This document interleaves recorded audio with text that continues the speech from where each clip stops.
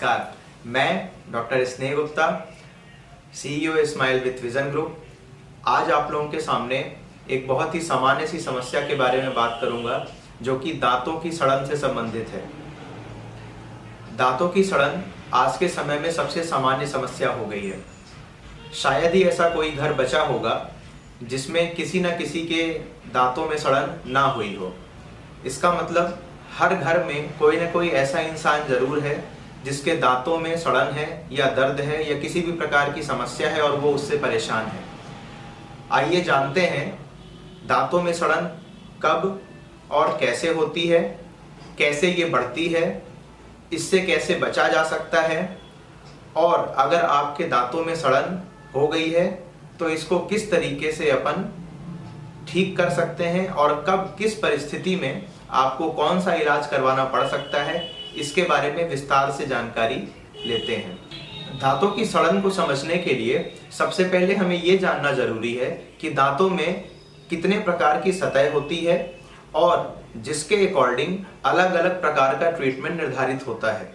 सबसे पहले सबसे ऊपरी सतह कहलाती है इनेमल, उसके बाद में उसके अंदर की सतह कहलाती है डेंटिन और सबसे अंदर की सतह कहलाती है पल्प, जिसको हम लोग सामान्य भाषा में नस बोलते हैं।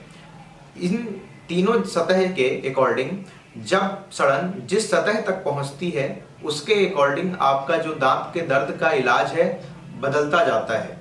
हम क्रमशः आपको इस बारे में जानकारी देंगे। आइए जानते हैं दांत की सतह के बारे में।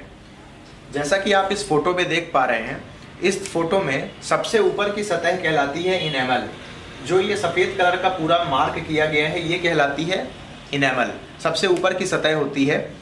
उसके नीचे की सतह कहलाती है डेंटिन, उसके अंदर होता है पल्प। पल्प जिसको हम लोग सामान्य भाषा में नस भी बोलते हैं। अब आइए जानते हैं कब किस सतह में सड़न पहुंचने में हमें क्या इलाज करना पड़ता है। जैसा कि मैंने अभी आपको बताया, सबसे ऊपर की सतह होती है इनेमल। जब किसी भी दांत में सड़न शुरू होती है तो सबसे शुरुआत में एक काला सा धब्बा उस दांत के ऊपर दिखना चालू हो जाता है, जो कि सामान्य तौर पे उसके ऊपर ब्रश करने के बाद भी नहीं साफ होता। धीरे धीरे कुछ महीनों के बाद वो काला सा धब्बा एक छोटे से छेद में बदलने लगता है। जैसे जैसे वो छेद बड़ा होता जाता है उसमें खाना फंसना चालू हो जाता है, बहुत थोड़े से मात्रा में। जब तक आपके दांतों की सड़न सबसे ऊपर की सतह इनेमल में होती है तब तक मरीज को कुछ भी पता नहीं चलता। इसका मतलब तब तक मरीज को ना ही ठंडा, गर्म, दर्द कुछ भी महसूस नहीं होता। यहीं पे मरीज सबसे बड़ी गलती करते हैं। उनको ये लगता है कि हमारे दांतों में किसी प्रकार की कोई दिक्कत नहीं है, कोई तकलीफ नहीं है, तो हम इसका इलाज क्यों करवाएं।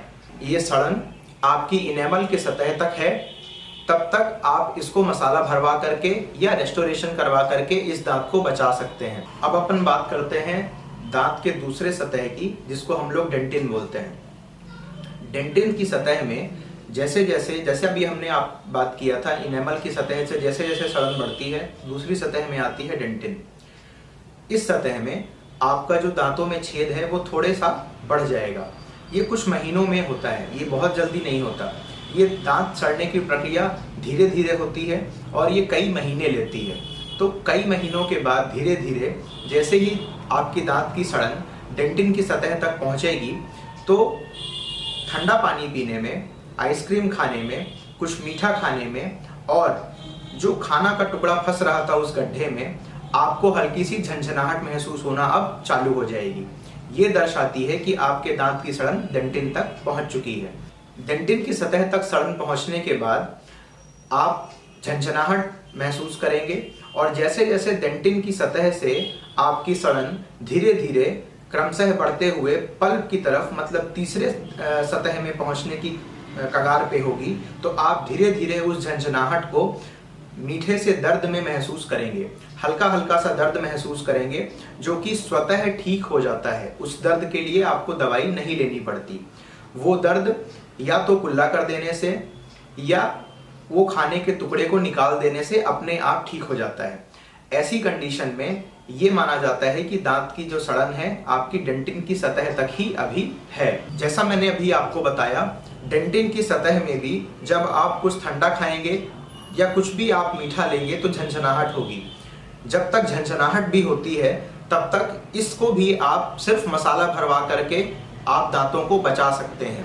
यह एक आखिरी मौका है आपके पास मसाला भरवाने का, क्योंकि एक बार अगर आपके दांतों में दर्द चालू हो गया जो कि अपने आप खत्म नहीं हो पा रहा है, तो फिर आप उस दांत में मसाला नहीं भरवा पाएंगे। उस दांत में फिर अगला इलाज होता है नस का इलाज, जिसको हम लोग रूट कैनाल ट्रीटमेंट बोलते हैं। तो जब तक सड़न डेंटिन में होती है, जब तक आपको झंझनाहट महसूस हो रही होती है, तब तक आप उसको रेस्टोरेशन या मसाला भरवा करके आप बचा सकते हैं। अब बात करते हैं अपन तीसरे सतह की, जिसको हम लोग बोलते हैं पल्प, जो कि सामान्य भाषा में नस बोला जाता है। जैसे ही सड़न आपकी नस तक पहुंच जाती है तो आपको चालू होता है एक असहनीय दर्द, जो कि दांत की सतह से फैलते हुए कान और सर तक फैलता है। कई बार मरीज को लेटने वक्त दांत का दर्द बढ़ता है। ऐसी कंडीशन में अपन को नस का इलाज करवाना पड़ता है। ऐसी कंडीशन में आपके दांत में जब खाना फंसेगा या आप ठंडा पानी पिएंगे या आप आइसक्रीम खाएंगे तो आपको असहनीय दर्द होगा। ऐसा दर्द स्वतः ठीक नहीं होता। ऐसे दर्द को ठीक करने के लिए आपको कोई भी दर्द की दवाई लेनी पड़ सकती है। अभी तक जब तक सड़न डेंटिन तक होती है या सबसे ऊपरी सतह इनेमल तक होती है, तब तक आपको गर्म चाय पीने में या गर्म पेय पदार्थ पीने में किसी भी प्रकार का दर्द नहीं होता। लेकिन जैसे ही सड़न आपके तीसरे सतह नस तक पहुंच जाती है, तब आपको कुछ भी गर्म लेने पे, ठंडा लेने पे या आइसक्रीम खाने पे या खाना फंसने पे आपको तेज दर्द होगा। मतलब या तो आप चाय लें या आप कुछ भी गर्म पेय पदार्थ लेंगे तो आपको उसमें भी दर्द होगा। जबकि अगर सड़न आपकी इनेमल और दूसरे सतह डेंटिन तक है तो आपको गर्म लेने पे कोई भी तकलीफ समझ में नहीं आती है। गर्म पेय पदार्थ लेने में तकलीफ तभी समझ में आती है जब आपका दांत नस तक सड़ चुका होता है। ऐसी स्थिति में हम लोगों को करना पड़ता है नस का इलाज, या अगर दांत आपका सड़ते सड़ते इससे भी बदतर स्थिति में पहुंच चुका है तो हमें करना पड़ता है नस का इलाज। तो आइए जानते हैं क्या होता है नस का इलाज, मतलब RCT, किस तरीके से इसको किया जाता है, इससे जुड़ी सावधानियां, परहेज और क्या क्या बातें इसमें ध्यान रखनी होती हैं, इसको हम जानते हैं। रूट कनाल ट्रीटमेंट या रूट कनाल चिकित्सा। रूट कनाल ट्रीटमेंट की जरूरत तब पड़ती है जब दांत की जड़ में कोई घाव या बड़ा छेद उसमें दर्द पैदा करता है, नसों में संक्रमण या सूजन हो जाती है और असहनीय पीड़ा होती है। अंततः दांत को निकालना भी पड़ सकता है। ऐसे दांत को रूट कनाल ट्रीटमेंट के जरिए बचाया जा सकता है। अगर आप रूट कनाल ट्रीटमेंट सही समय पर ना कराएं तो आपको अपना दांत गंवाना भी पड़ सकता है। रूट कनाल ट्रीटमेंट, जिसे आमतौर पर RCT कहा जाता है, दांतों की एक ऐसी चिकित्सा पद्धति है जिसमें दांतों के संक्रमित या हानिग्रस्त पल्प को यानी लुगदी को निकाला जाता है, कनाल को संक्रमण मुक्त किया जाता है और भीतरी हिस्से को भरकर उसे सील किया जाता है। रूट कनाल ट्रीटमेंट की जरूरत कब पड़ती है?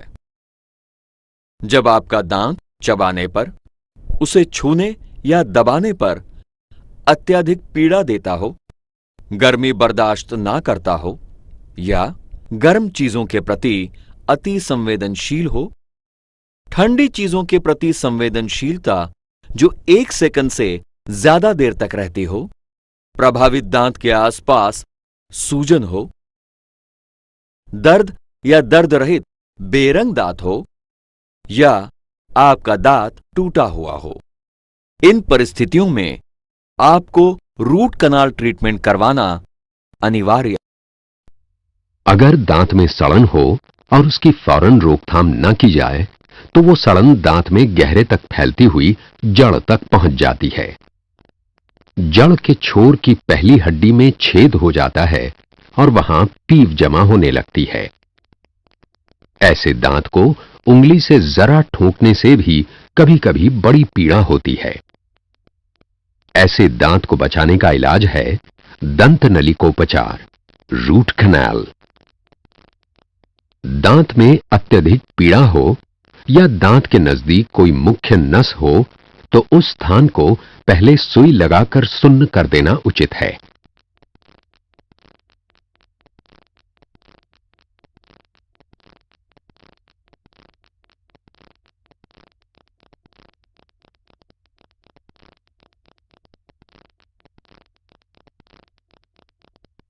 अब ड्रिल की सहायता से संपूर्ण सड़न को हटाकर उस छेद को स्वच्छ कर लिया जाता है।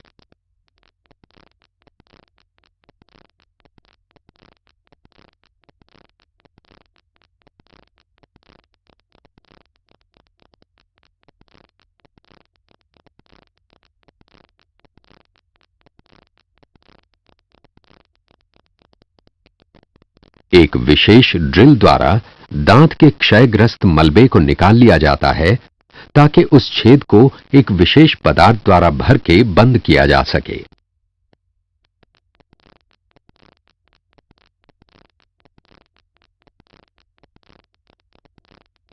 दंत नलिका का खराब हिस्सा निकालकर उसमें जमी पीव को निकलने दिया जाता है।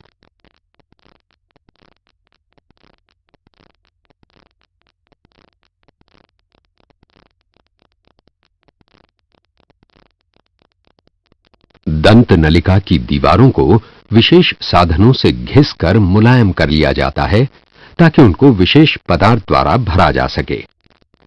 लेकिन उससे पहले नलिका को दवाइयों से धोकर पूरी तरह कीटाणु रहित कर दिया जाता है। दंत नलिका अब विशेष पदार्थ द्वारा भरी जाने के लिए तैयार है।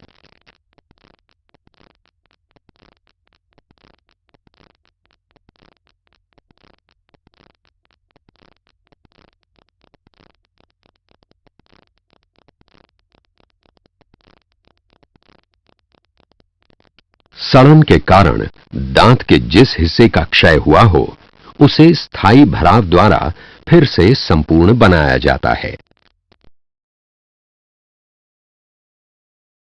जैसा कि आप लोगों ने वीडियो में देखा होगा, क्या होता है आरसीटी, किस तरीके से किया जाता है और इसमें क्या क्या बातें हमें ध्यान रखनी होती हैं। मैं आशा करता हूं आप लोगों के मन का सवाल हल हुआ होगा, आप लोगों को उसका उत्तर मिला होगा। इसके अलावा भी अगर आप लोगों के मन में किसी भी प्रकार का कोई सवाल है तो प्लीज पूछिए। धन्यवाद।